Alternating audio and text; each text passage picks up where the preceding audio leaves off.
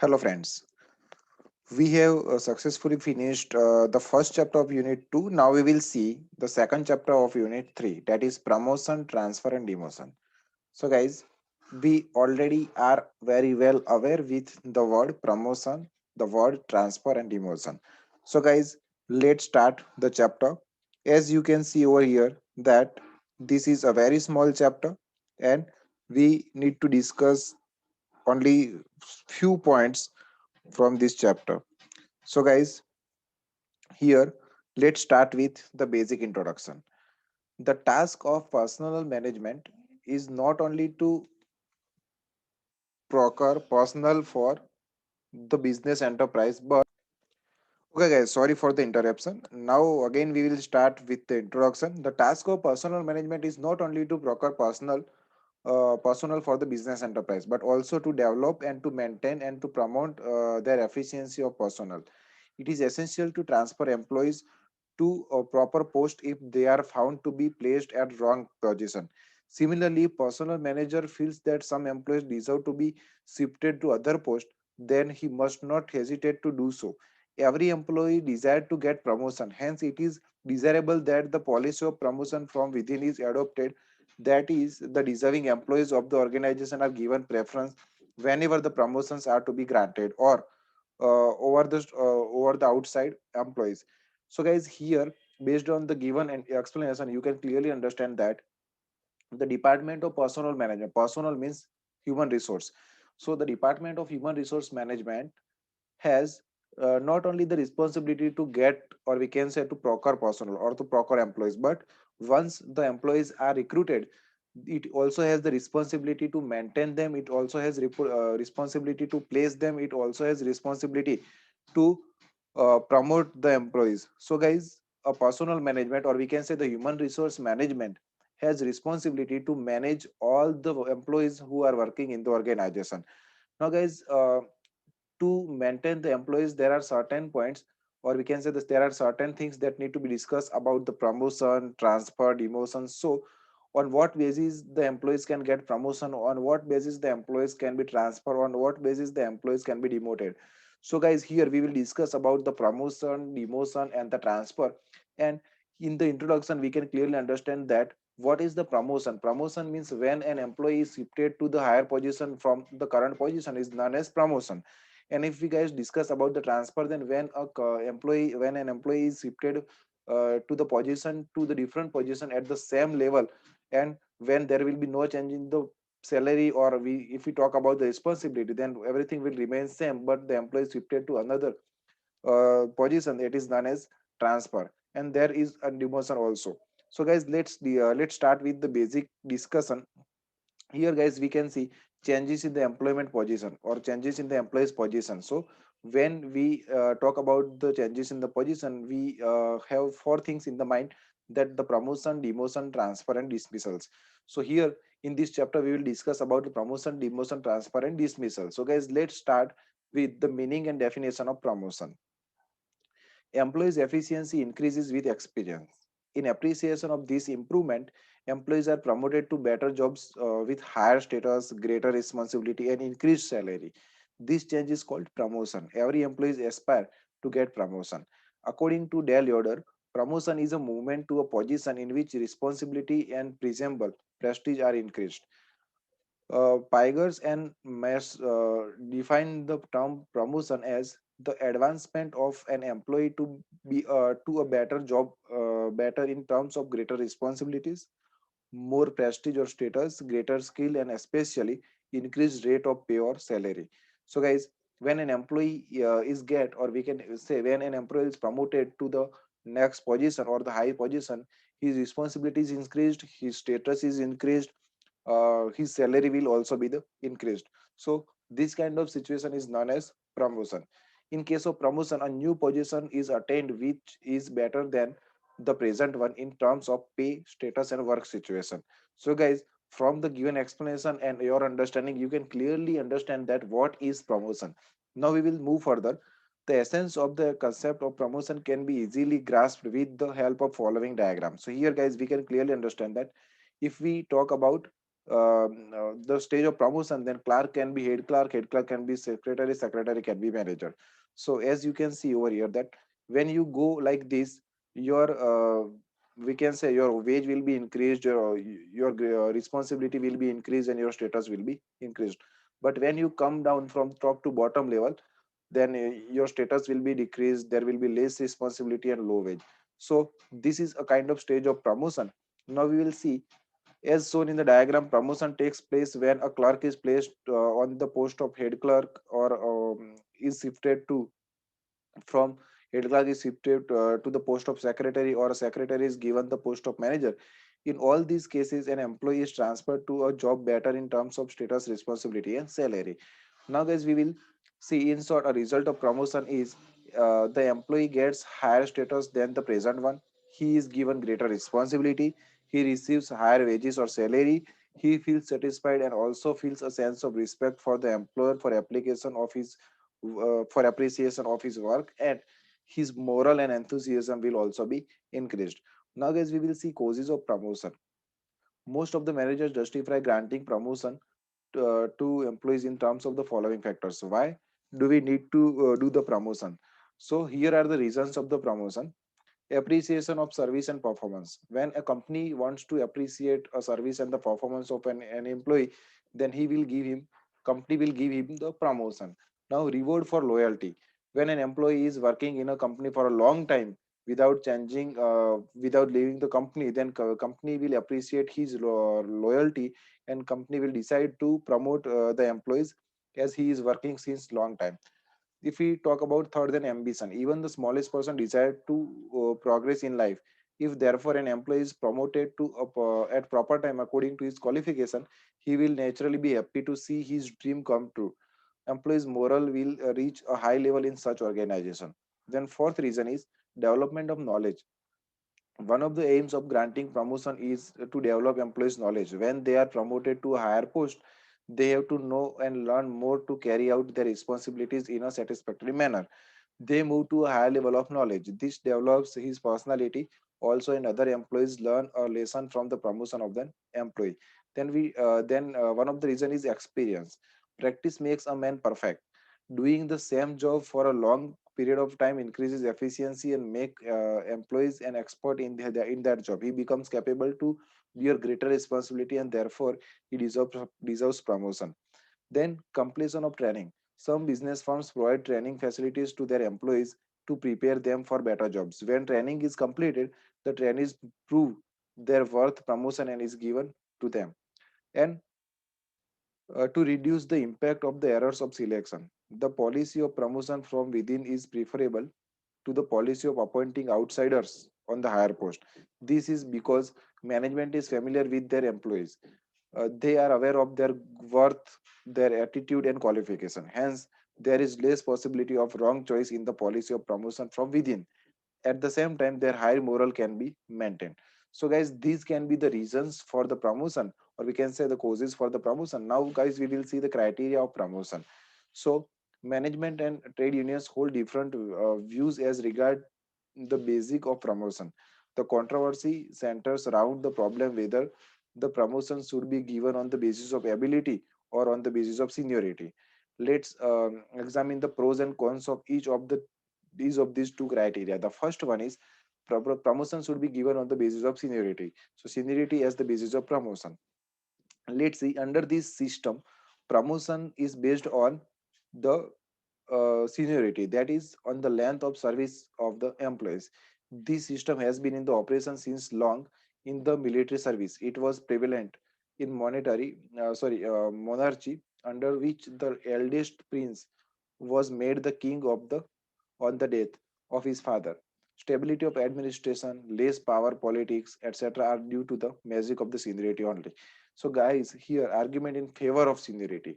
Such kind of point says that promotion should be given on the basis of seniority.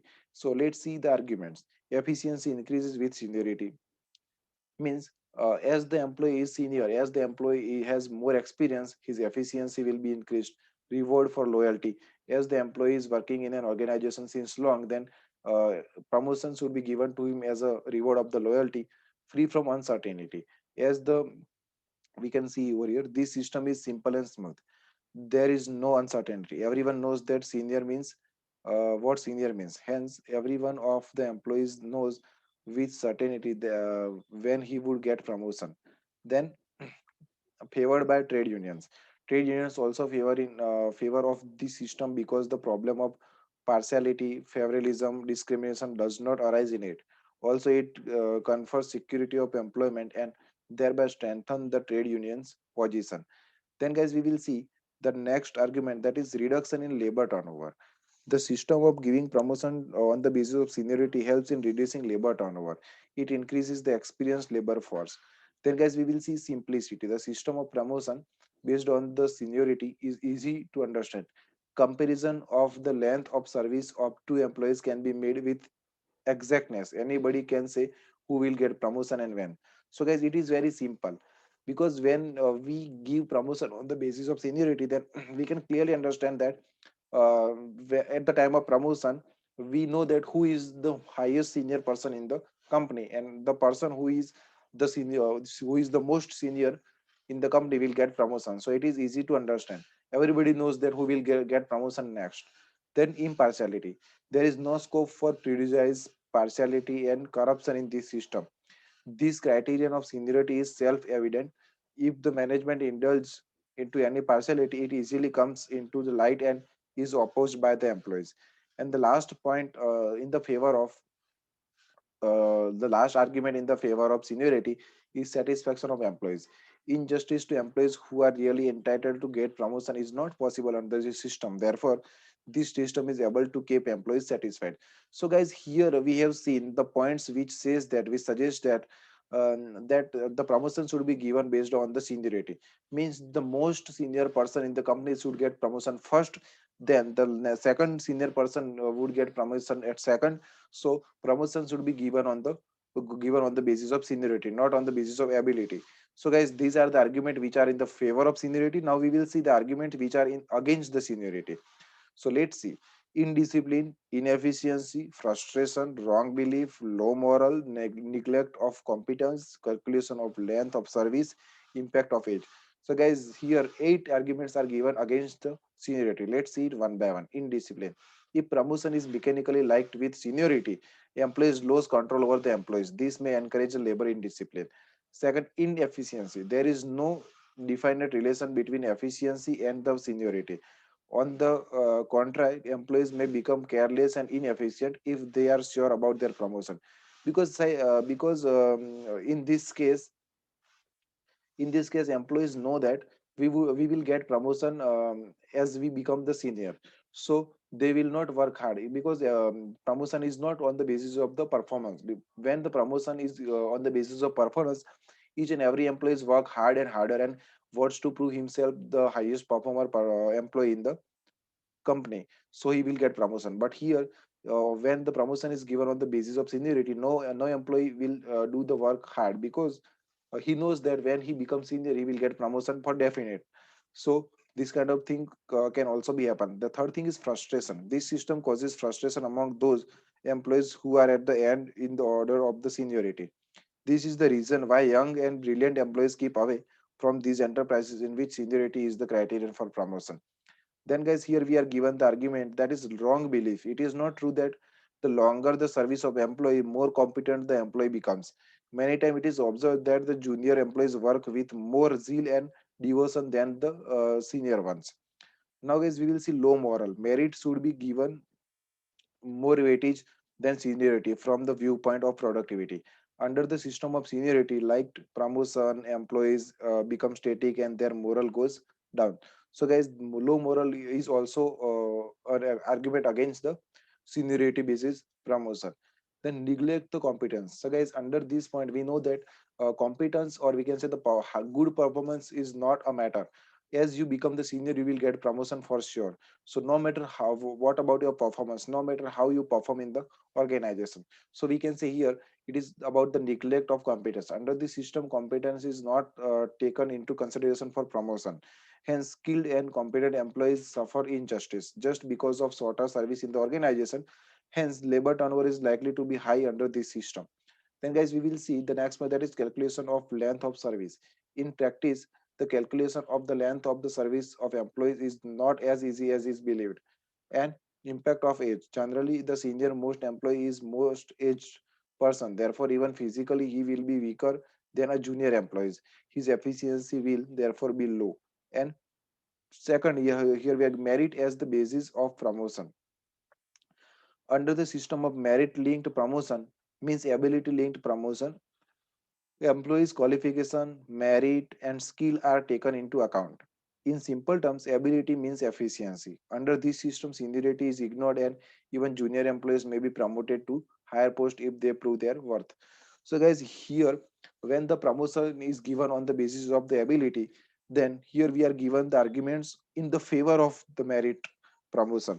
So, the employee who are quite good at the employees whose performance is very good, who is good at work, then who has a higher ability, higher qualification, then he will given the promotion. So when the promotion is given on the basis of merit, here we will see the argument in the favor of this.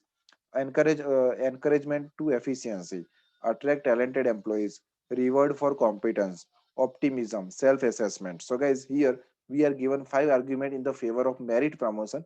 Let's see it one by one. Encouragement to efficiency. This system encourages employees to improve their efficiency. Beside, they are satisfied with the system in which their ability is appreciated. Second, attracts talented employees. The talented and skilled employees are attracted to those business enterprises which appreciate and reward ability. Hence, such business unit get a wider choice of employees. Third argument is reward for competence. Employees' ability can be assessed fairly accurately with the help of merit rating. There is no better method than to give promotion on the basis of such competence. Fourth is optimism. Even junior employees with greater ability can hope to secure promotion under this system. This optimism can have favorable impact on their performance. And the last is self-assessment. Under this system, employees are inclined to assess themselves on their own ability and skill. If they detect any deficiency, they themselves attempt to remove it. So guys, here we are given five different arguments in the favor of merit promotion. Now we will see argument against the merit promotions. So influence, difficulty of measurement, expensive, opposed by trade unions, no cooperation of senior employees. So here we are given five arguments against the merit promotion. Let's see it one by one. So here influence. Under this system, officers prejudice, influence or favorism play its role in promotion. Hence, sometimes competent employees do not get promotion when due. Second, difficulty of measurement. It is very difficult to have an accurate and objective measures of ability. Of course, written test records, merit rating, and educational qualification can be used for this purpose, but they have their own limitations. Then expensive. This system is expensive also. The excess of ability, interviews are to be arranged, and personal records are to be maintained. Five is opposed by the trade unions. Trade unions oppose this system. Therefore, its employer if employers insist upon this system only, they come into conflict with unions. And five, non-cooperation of senior employees. Employees who are not promoted in spite of their seniority would not extend full cooperation to the employers. Thus, integrity and efficiency of the unit would suffer. The best method from promotion would be combination of both merit and senior, both as the determination factors in promotions. In case of employees with equal ability, seniority should be given preference. So, guys, here we have seen two different methods of the promotion: one on the basis of seniority and other on the basis of performance, or we can say other on the basis of merit. Now, guys, we will see promotion policy. It follows from the above discussion that management must devise a sound policy for promotions. Following points should be kept in mind for the proper purpose. So here we are given the suggestions points for the promotion policy. The policy of given promotion from within must be clearly stated and faithfully followed. Second, each employee should have an opportunity to promotion and employees must be aware of this opportunity. Third,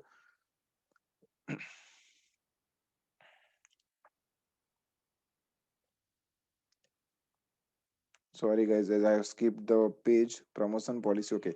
Third, there must be a clear understanding between employer and employees as regards the criterion of promotion, whether it is seniority or merit. Fourth, a job specification chart should be prepared on the basis of job analysis showing basic job requirements. It should show how one job leads to another higher job. 5. A scientific schemes could be devised for performance appraisal and job evaluation. 6. It should be clearly determined who will recommend promotion, whether heads of department, supervisors, or top level managers have to recommend promotions. 7. Promotion should be given on an experimental basis. If performance of the employee at a higher post is not up to the mark, he should be shifted to his original place. 8. Training programs should be developed to prepare employees for the promotion. 9. The system of promotion should be based on the equity and justice. So guys, here we are given different suggestions and instructions for the promotion policy. Now we will see principles of promotion. Management must not ignore the following principles of promotion. As a preliminary step, the direction of scientific system of promotion, management should make use of job analysis, job specification, and merit rating. Second, personal records of the employee must be maintained. Third, management must refer to the annual report of the employees to know whether their performance is satisfactory, whether their efficiency is on the increase, whether they rectify their errors before decisions are made about their promotions. So, guys, here we have seen all about the promotion. Now we will start the point transfer. Transfer is shifting of the employees from one job to another without any change in the status or salary. Edwin B. Flifo defines transfer as a change in job where new job is substantially equal to the old one in terms of pay, status, and responsibilities. Dale Yoder says a transfer involves shifting of an employee from one job to another without special reference to changing responsibility or compensation. So, guys, here as we have seen the definitions of the transfer, you know it very well that it is a transfer means shifting of the employee from one job to another job without changing in the salary or the status. So, it is very easy to understand, and we all are aware with the word transfer. Reason for transfer. So, here we are given the reasons for transfer: shortage of manpower in some department, reorganization of business enterprise, remedial measures for wrong selection, bored or tired on the same job, personal needs, precautionary measures, swift, and to train employees. So, guys, here we are given 8 different reasons for the transfer. Let us see one by one. When there is a shortage of manpower in department, or one department is faced with pressure of work, employees may be transferred to it from other department. Second, when there is a recognition of business enterprise, sorry, reorganization of business enterprise, employees from one department where there is overstaffing may be transferred to other department. Third, transfer may be made as the remedial measure. It means if an employee is wrongly selected or placed at a wrong job, he is transferred. Fourth, as employees may feel bored or tired by working on the same job, they are transferred to the similar jobs. Number five, sometimes transfer are made due to personal need of the employees. Health may be one of the cause for such transfer. Number six, sometimes transfer are made as a precautionary measures to avoid misuse of office or misappropriation of the funds by the employees. Number seven, there may be transfer due to shift also. When the factory runs in shift, employees are transferred from one shift to another shift. And number eight, transfer may be made to train the employees on various jobs of the similar nature having different operations. So guys, here we are given the reasons of the transfer. Now we will see management policy as regard transfers. The management must frame a clear-cut policy as regard transfers. The transfer policy must be clearly laid out and made in writing. Second, so guys, here you can clearly see that transfer policy must be in the writing form. Second, it must it must very clearly specific when, why, and what circumstances the transfer will be made. Then it should clearly indicate the officer who will be responsible for the transfer. So guys, here the management policy as regard to transfer list will be like this. Now fourth, complete record of all post, job, position, etc. should be maintained. Number five, it should be clarified that the employee's transfer will maintain his seniority. Number six, the transfer should not result into dissatisfaction of the employees. Number seven, transfer should not be made as a result of prejudice against anyone. It must be just and equitable. So, guys, you cannot you cannot do the transfer on the basis of punishment or on the basis of inequality or the partiality. You must go through the equality for everyone. Then guys, transfer should be comfortable to each and every employees. So you also need to keep in the mind for such things. Now, when an employee is transferred from one city to another, care must be taken to see that his family life is not disturbed. And number 9, the policy should specify the area over which transfer can be made, whether transfer can be made within the department or between the different departments or inter plants. So guys, as we have seen now the management policy as regard to transfer, now we will see the effects of the transfer. So let's say transfer is an important function of organization. Transfer creates many effects, hence management must take great care about it. The management must frame a clear-cut policy as regards to transfer. Just and proper policy of transfer makes proper placement at the proper place. Now, effects of transfer. There might be positive or negative effects of transfer.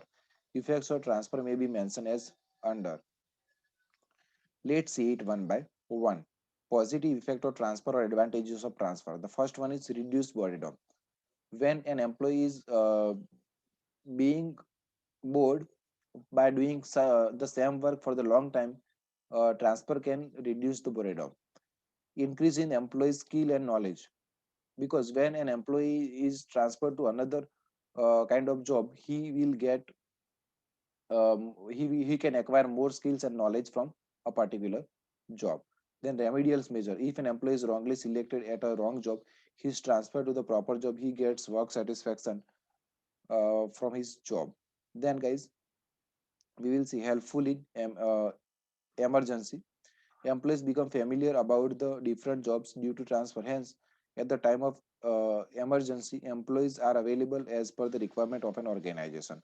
Number 5, helpful in manpower planning. Manpower planning tries to bring supply and demand into balance in between in different departments. As a result, the possibility of excess of shortage labor force is removed. Number 6, removes misappropriation. Sometimes employees makes misuse of office or makes misappropriation. If a transfer is made, such misuse of or misappropriation can be removed. Number 7, employees awareness. If an employee is inefficient and his transfer is made to a proper work, he becomes aware about his duties. Number 8, motivation for research. When an employee possesses extra educational knowledge, in such circumstances, his transfer is made according to his interest and qualification. Hence, he can make research by using his capacity, skills, and knowledge. Now, guys, we will see negative effect of transfer. Problem of interrelationship. When an employee is transferred to a new work or new place, the problem of creating interrelationship about a new place, location, work, officers, and co-workers arises. Second, problem of inconvenience and cost.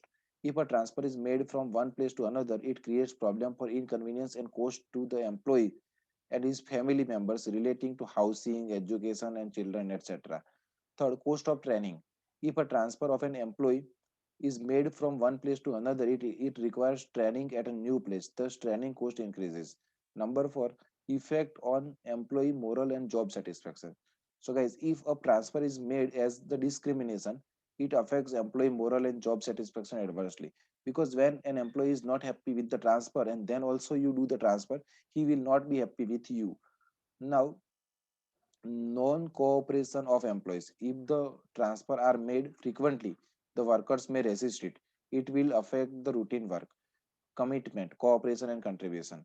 And last negative impact of the transfer is loss of man days. If a transfer made from one place to another, it will affect the regular work and it will result in the loss of man days.